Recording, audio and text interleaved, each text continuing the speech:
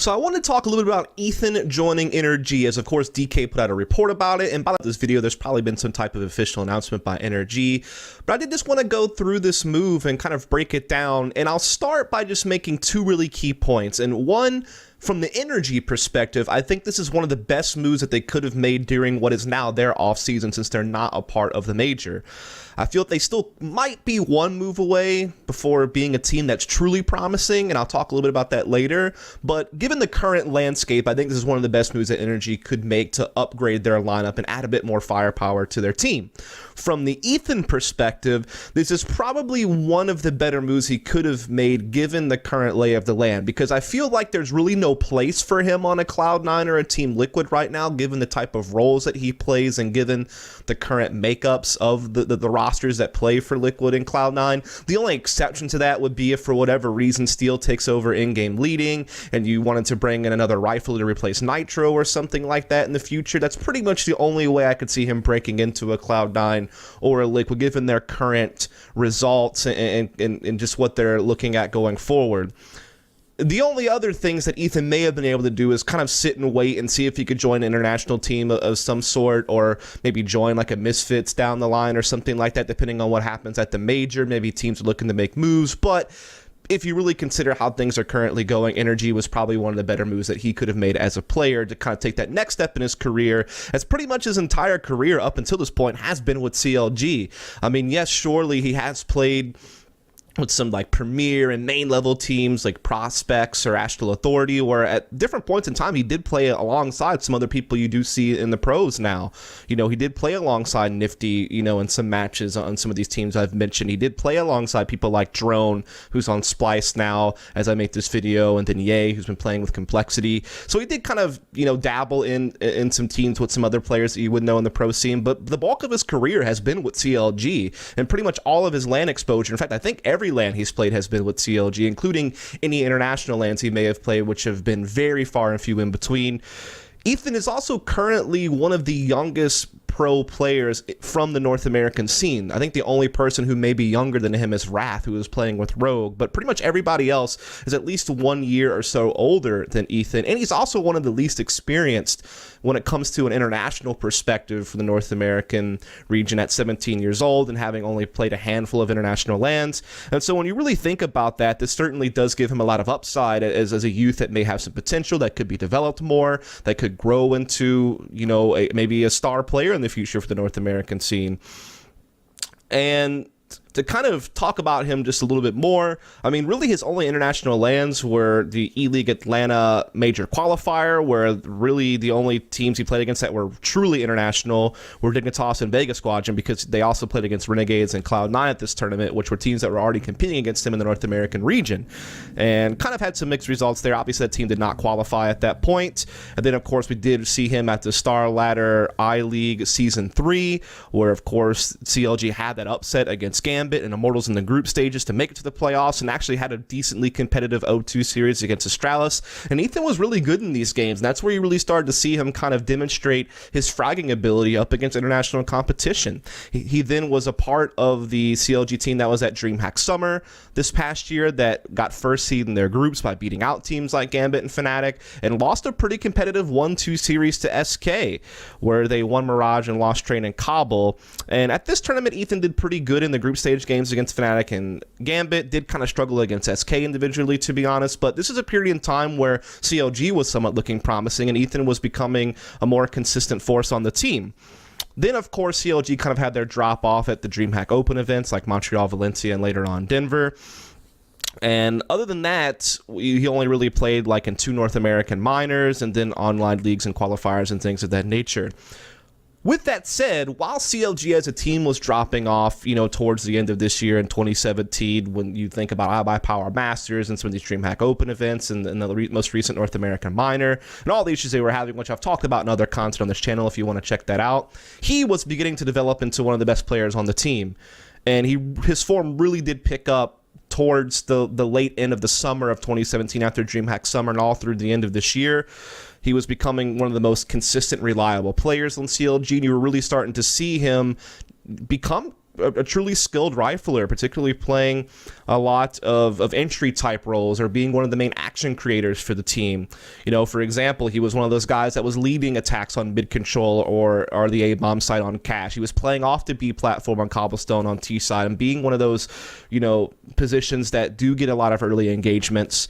And also, it's worth noting that CLG as a team was usually pretty well known to kind of lean towards one area of the map. They didn't play a lot of traditional defaults. I think the maps you would notice this the most if you went back and looked at their demos were maps like Cache and Mirage, where they really didn't favor playing traditional defaults. They typically had some type of execute in mind right from the start, or they would at least put a little bit more added pressure on one side of the map compared to the other. They always seem to have some type of read or goal in mind rather than just playing a default and just trying to work picks or work some type of mid-round read.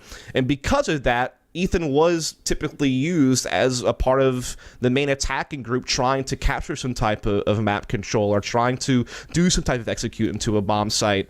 And so he was put in a lot of high pressure situations. He was playing one of the more difficult roles on a team that you can play as far as being one of those entry type guys. And he was developing into a more consistent fragger within that role. And I think that's what's really cool about him. He also did play a lot of anchor spots on the CT side, which can be very difficult to play sometimes. For example, he was playing the inner bomb site on train a lot for CLG, which can be a difficult spot to play, anchoring a lot of sites like Banana on Inferno or A on Mirage, or being one of the main people holding B platform on Cobblestone, or anchoring the A bomb site on Cache.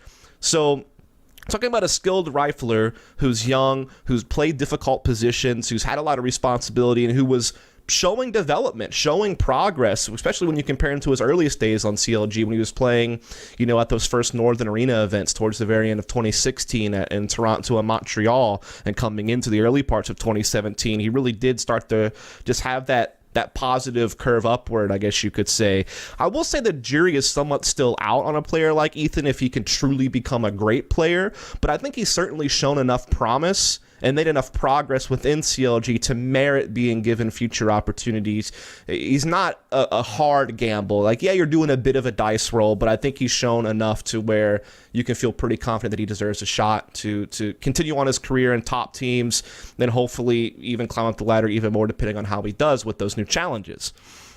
Now, when you think about the team he's coming into, NRG, this is a team that obviously, if in most recent memory, maybe people thought they were a bit promising because they got a couple of cool group stage wins against North and NIP at these EPL finals that most recently happened. Still did wind up losing to Misfits and really badly to SK and Optic, so it wasn't all great. Like, it was only just like these small little highlight moments, I guess you could say. But prior to that, this team was kind of a hot mess, if we're being 100% honest. Like, outside of doing well at this EPL land, if you consider them doing well by winning a couple of maps, they had a lot of instability throughout 2017. They didn't really qualify for that much. Outside of doing really well in the last two seasons of EPL, they weren't really doing a whole lot outside of that. I mean, they went out last at DreamHack Valencia, DreamHack Atlanta, DreamHack Denver, didn't do well at the last two America's Minors, didn't do well at iBuyPower Masters. Obviously, earlier in the year, they struggled at the previous EPL finals and Copenhagen games, and then the really early part of the year. And obviously, the lineup change has, you know, happened multiple times for this team. I mean, at one point, only two of the original members from when they made the NA-only version of NRG after the, you know, Tabson, Legia, and Gabi departed. At one point, you only had two people remaining, which was essentially Fugly and Breezy, because Daps had become a coach for Rico. But now they're back to having three of the members now from the original lineup still on the team. Because remember, they obviously had Marky early on. Then that didn't work out pretty much right after Copenhagen games. They got rid of him. Little Man kind of stood in for a bit. Then they got rid of him. Then, of course, comes in A&J. Then, of course, they got Cirque for Peter. Then Daps becomes a coach for Rico. Then Rico gets kicked. Daps comes back in. And now A&J is leaving for Ethan. So they've been through a lot of roster turmoil. And, you know, that combined with not having, you know, very many good results has pretty much made them a team that I haven't really paid a whole lot of attention to in comparison to the rest of the field that competes in the North American scene. And when you look at A&J, the player that he's actually going to be replacing when we're talking about Ethan, This is a guy who looked incredible on this Singularity team in Denmark, particularly at the Copenhagen Games in early 2017. He was putting up really big numbers when this team made a great run. You know, I think they actually played through the BYOC to even qualify for the main tournament at Copenhagen Games, and then they wound up winning the whole thing, beating a team like Big, beating that Dream Chasers mixed team that basically was mostly God sent with Pronax, Twist, and Schneider, and then Pitt and Emilio. And then, yeah, he just looked like one of these upcoming Danish youth, but he never really looked good on NRG, if we're 100% honest. Granted, there was lots of instability around him on the team with Rico in and out, and that's being in and out, and then like Cert coming in, and you know, he did put out this tweet longer, I think back in November, where he was basically saying that he had an identity crisis after joining NRG because he went from being the star of this team in Denmark, Singularity, to being more of a supporting factor behind Breezy and Cirque on this NRG team. He really struggled to make this transition, and he had a hard time dealing with, you know, any type of backlash or shit talk that was coming his way from the community when he was putting up poor stats, and it really affected his confidence, and he really struggled to perform under that pressure. So it seemed like he maybe had some mentality issues because of, you know, just shit talking out in the community and just the fact that he was struggling to adapt to a new role. But apparently he was going to try to regain his form and work on some things with Daps coming back in as an in-game leader after the, you know, experiment with Rico didn't work out. But apparently it still didn't really work out for him, because when you look at the most recent EPL finals NRG played at, where they looked promising as a team, the only map he really played well in was the win against NIP. Really struggled in all the other maps that they played from a statistical perspective. May also just be a sense that he wanted to stay home. That happens a lot with imports in the North American scene. You know, they spend a lot of time here. They miss home. They miss family. Things aren't going well. He's obviously been through a lot on NRG with all the roster instability and the poor tournament performances. And so maybe ANJ could still become a decent player on a Danish team or some type of international team in the future, but things certainly didn't work out for ANJ and NRG. And so this probably mutually is good for both parties, to be honest, because it's not like ANJ was finding much success individually in NRG. NRG obviously has had a lot of struggles throughout the year, so it's probably best for both parties at this point to take a departure from each other and go a different direction. And so now the final question really just becomes, how will NRG look with Ethan? You know, that we've kind of talked about Ethan, we talked about NRG, we talked about ANJ, the person he's replacing. What happens now going forward with everyone going their separate ways? And a couple of things to kind of talk about with NRG is Fugly did seem like he was becoming more active on this team at times, especially while he was IGLing when Rico was on the team. And that was a departure from his past, because he was traditionally more of a lurker, more of a peripheral role player, more of a passive force on the team. And he kind of started taking a more active role alongside a guy like Breezy and Cirque, who of course were, you know, really big action creators and kind of the stars of the team. But Ethan comes in as one of those types of guys, as more of an entry type player, likes to be a part of the main attack group, supposed to be developing into a star player. So I do kind of wonder who's going to take a back seat here role wise when it comes to terroricides in particular. I think Fugly could easily just go back to being more of a supportive factor, more of a lurker, alongside Adapts, and then you have like Cirque, Breezy, and Ethan are going to be like maybe your main stars, maybe your main action creators. I think that'd be like an ideal world. But at the same time, Fugly has been having some of his best performances of his career in this more active role. So I'm kind of curious how that all pans out, because I'll be honest with you, I was on the Fugly hype train his early days in Liquid.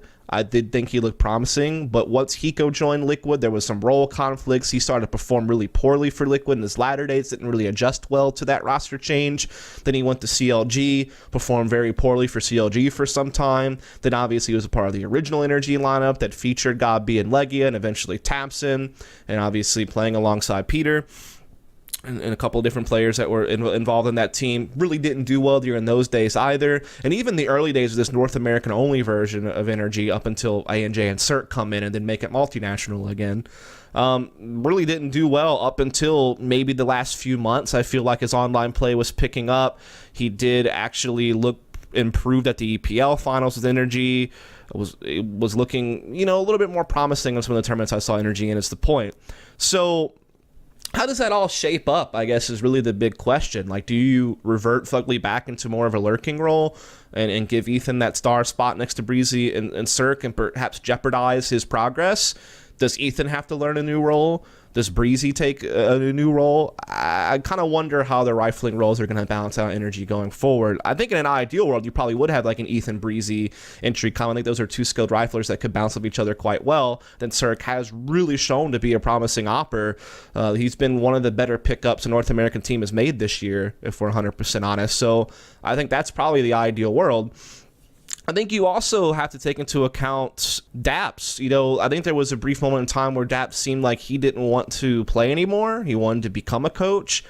I'm not sure if that was just a temporary thing because of what was going on with the team at the time, and now he is fully committed to being a player again, or if perhaps he does want to eventually go back to coaching and bring in a new IGL for the team at some point, which is obviously guys out there like Finesse and Stanislaw then at that point, if you wanted to go that direction of bringing in a new IGL and Daps going back to a coaching role. So I guess I don't even know if this is going to be the only change that's going to happen here. So I do wonder about that a little bit as well.